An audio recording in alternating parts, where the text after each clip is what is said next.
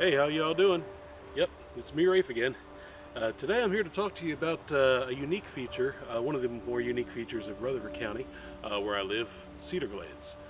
Cedar Glades are a very specialized type of environment, and I just kind of want to spotlight those today, especially one in particular, and that would be the one that I'm standing in. But before you can appreciate what's going on with this particular glade, let's get a little bit of background on Cedar Glades in general. Cedar glades are generally areas of exposed limestone with thin, gravelly soil layers, so called because they're often bordered by thickets of red cedar. Traditionally considered waste areas unsuitable for agriculture, they, along with the sinkholes and other geologic features associated with them, were often used as dumping grounds. It's only fairly recently that they've come to be identified and appreciated as the rare and endangered microhabitats they are, supporting a host of unique life forms that are found nowhere else on the planet. The vast majority of cedar glades can be found in the Ordovician limestones of the Tennessee Central Basin, highlighted here in green, including Rutherford County, Wilson County, and southeastern Davidson County. Unfortunately, these are also areas of massive urban expansion. Many acres of cedar glades have already been lost. We must take whatever steps we can now to preserve what is left.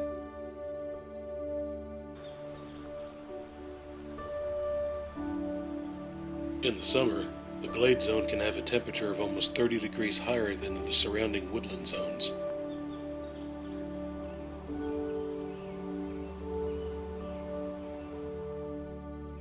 These border zones are home to many types of wildflowers and native grasses.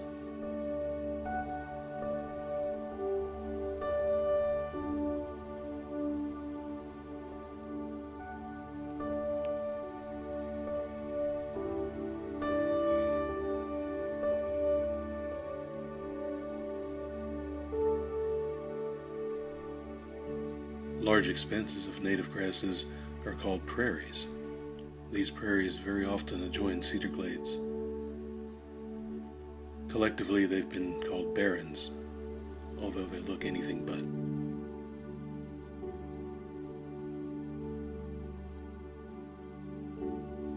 As we move back towards the glade zone from the surrounding forest areas, the plants become more specialized.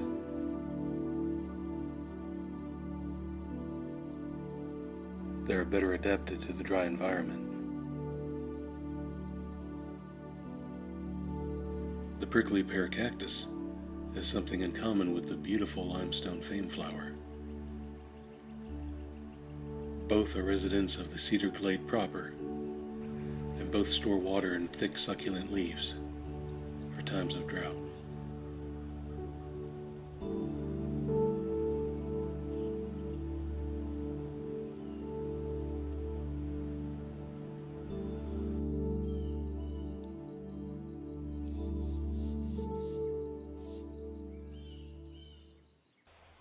And so as you can see, the cedar glade is a very unique type of environment, which brings me to why I'm standing in this particular glade today.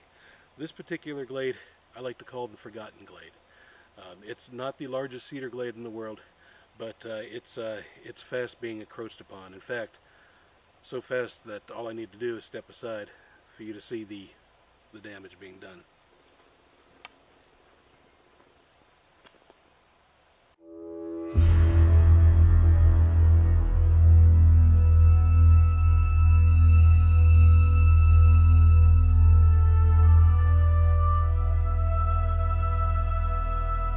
This auto salvage yard, located on Flat Rock Road in Murfreesboro, Tennessee, is a prime example of how cedar glades are being destroyed.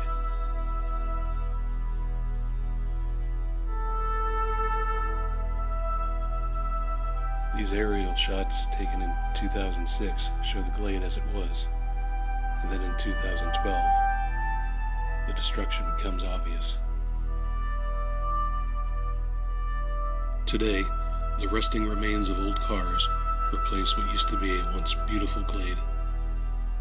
This picture, taken over 7 years ago, is in stark contrast to what the area looks like now.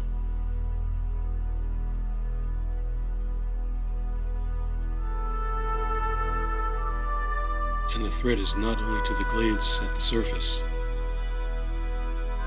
For a more complete picture, we need to take you beneath the glades. Cedar glades are a limestone feature, and limestone, when mixed with rainwater, creates caves.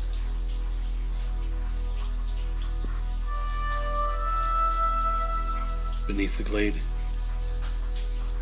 this living, growing, subterranean environment channels rainwater from the surface to the water table below and into the existing well water systems. Further downstream, in a sinkhole behind this house, is another window into the cave system.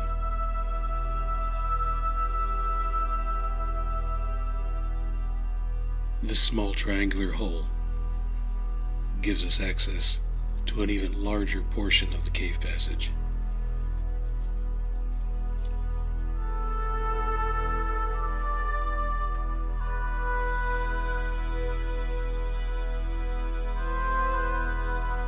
Here, the walls glisten with flowstone.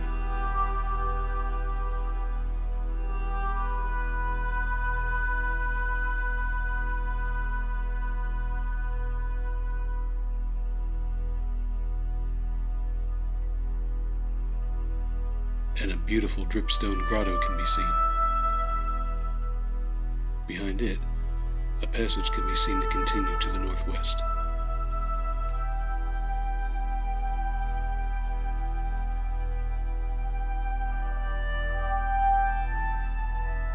For now, the only way to explore these systems is by remote camera.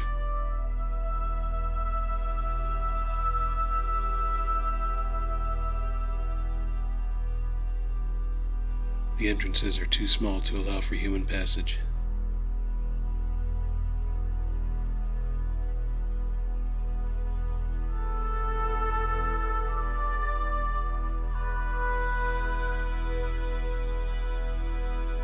Here, a cave salamander can be seen, slightly blurred due to the motion of the camera. It is one of 3 species that have been identified using this technique.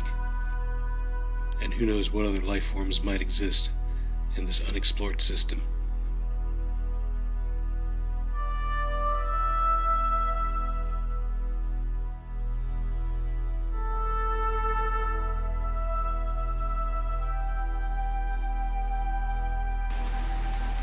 During periods of heavy rain, the ground cannot absorb all the accumulated water.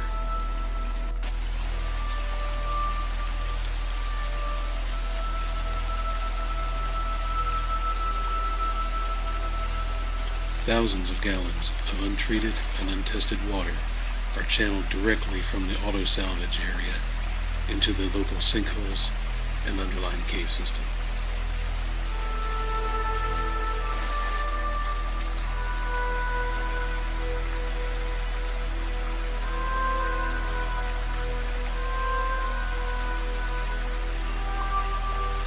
Cave life forms tend to be extremely susceptible to contaminants. So who knows what the long-term damage of all this unfiltered water channeling into the system might be.